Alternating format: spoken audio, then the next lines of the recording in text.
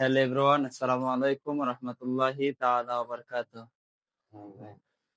সম্মানিত ভিউয়ার্স, এখন আপনাদের সামনে একটি কোরআন তেলাওয়াত করবেন ঐতিহ্যবাহী আমাদের বগাইয়া হাওর কেন্দ্রীয় জামে মসজিদের বর্তমান সানি ইমাম হাফিজ ইসমাইল আহমদ সাহেব হুজুরকে ওনার তেলাওয়াত করার জন্য বিশেষভাবে অনুরোধ করছি।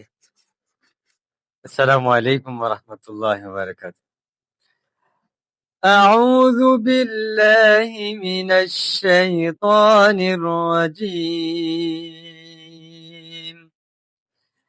بسم الله الرحمن الرحيم.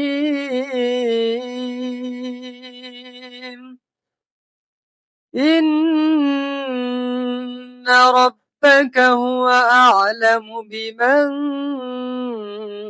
ضل عن سبيله وهو أعلم بالمهتدين.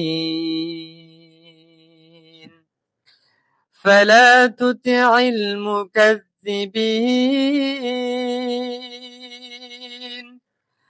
ودوا لو تدهن فيدهنون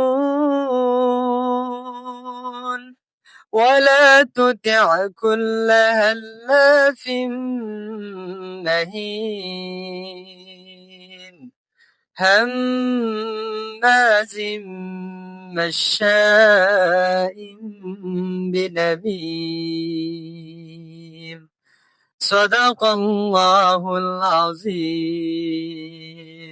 মাশাআল্লাহ, আলহামদুলিল্লাহ, অনেক সুন্দর তেলাওয়াত করলেন কুকিল কণ্ঠস্বরে। সবাই দোয়া করবেন আল্লাহ যেন ওনার গলার মধ্যে জাযা দান করেন। আমিন।